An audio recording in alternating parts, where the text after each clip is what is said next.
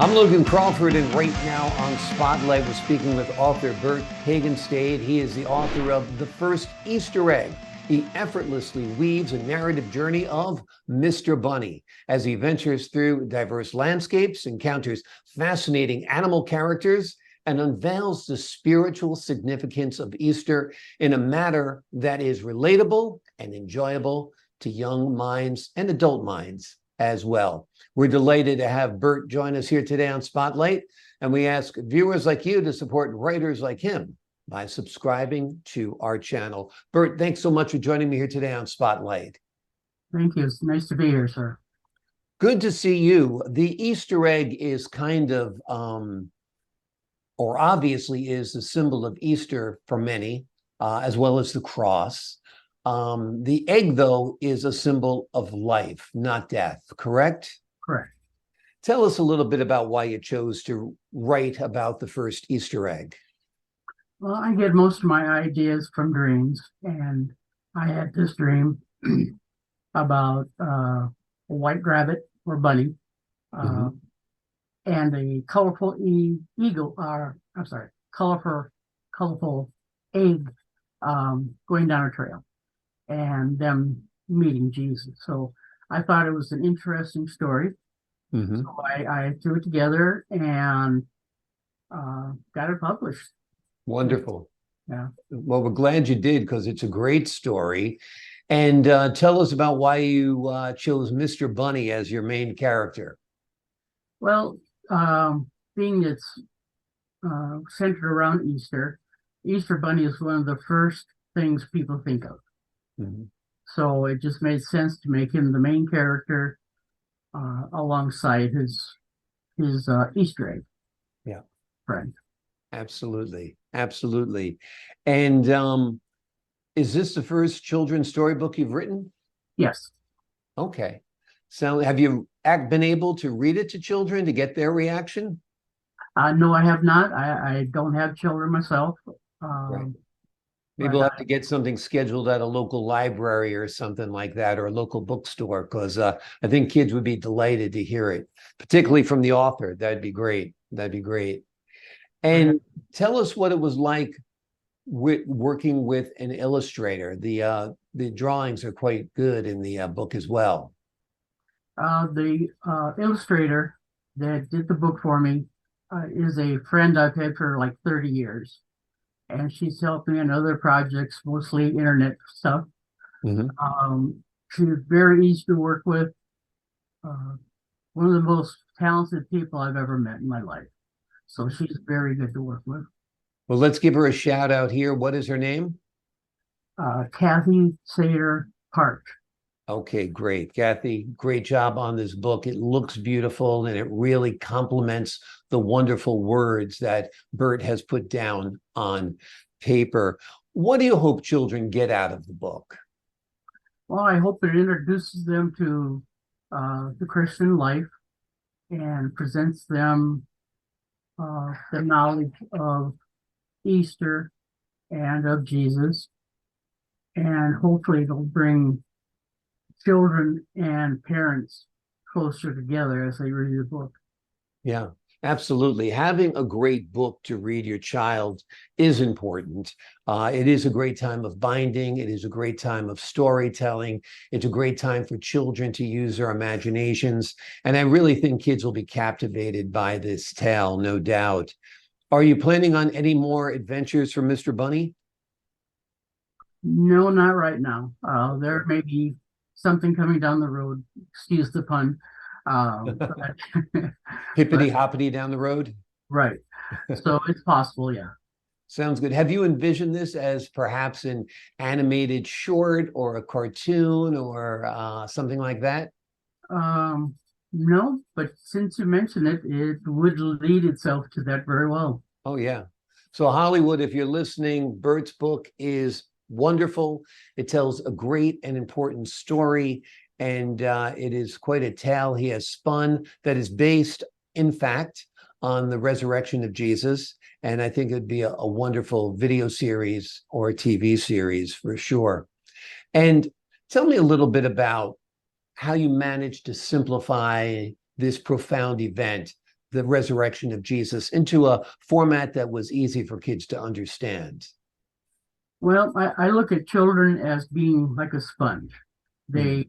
They are directed by what they see, what they hear, and to introduce this at a level that they will understand, find fun, including with the pictures.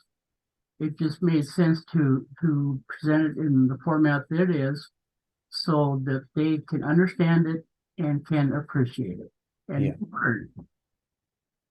Absolutely. Now, I understand this was inspired by a dream, as you said, but what was it like writing it? Did you write it all down that next morning? Did you make notes first? Tell us about the writing process. When I wake up from a dream, I write down as much as I can remember from the dream, and then I go to my computer and flesh it out. Uh, I choose the characters that I wanted him to encounter, to kind of encircle life, and then to present it um, to Jesus, and then to the end result of calling Shelley the Easter egg. Yeah. So, Tell me a little bit about your spiritual journey. Are you very religious? Do you go to church? Tell me about a little bit about your Christian journey. I'm more spiritual than Mhm. religious. I totally support um, the Christian way of life Mhm. by being good to yourself and to others, um, allowing yourself to help others. And I believe that being a good person doesn't necessarily require religion, but I know that a lot of people feel more comfortable with the religious aspect of their lives. It gives Mhm. them support and hope, and that is a very good thing. Absolutely. Absolutely. Now, this is your first children's book, but have you written any other books?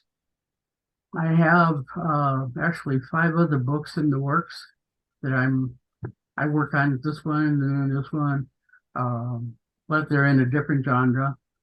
But I do have one that I am considering publishing, which is a children's book for ages 5 to 15.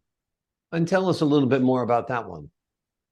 Um, it's a story about um, a tribe, a primitive tribe, and their beliefs in spirits or gods of the earth. Mm.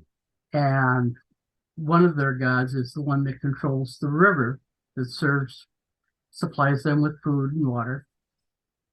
And one day when it um, stops running, they send people to find out why.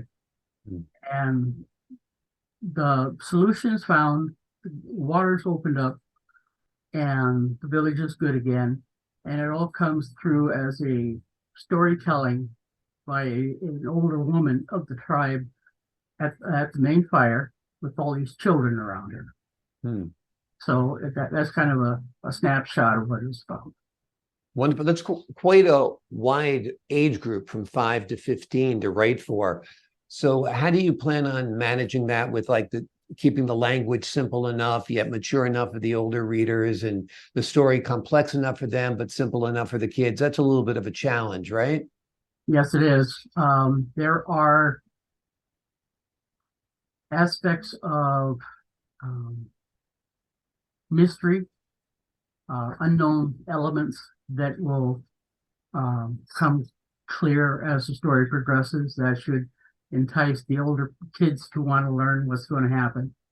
Um, the concept is simple enough that the younger children can appreciate and hopefully embrace the idea of the story, Yeah. because it talks about being better together than as a single person. Yeah, it sounds like a great book about community, about great book about cooperation, and will teach the children a lot of good values. How long did it take you to write the first Easter egg? Altogether, about a year. Mm-hmm. The main part was the editing and illustrations and the actual publication, which took longer than I expected. But being new, I Yeah. kind of rolled with the punches. But it was a very interesting adventure for myself. Absolutely. Absolutely. Well, it's a fantastic book. It is called The First Easter Egg. It explores the adventures of Mr. Bunny as he goes through diverse landscapes and encounters fascinating animal characters, all the while unveiling the spiritual significance of the most holy day in the Christian calendar. And that is not Christmas, but Easter. Bert, thanks so much for joining us here today on Spotlight. Thank you, sir. I greatly enjoyed it. I enjoyed it as well. And to the folks at home, I'm Logan Crawford, thanking you for your time, this time until next time on Spotlight.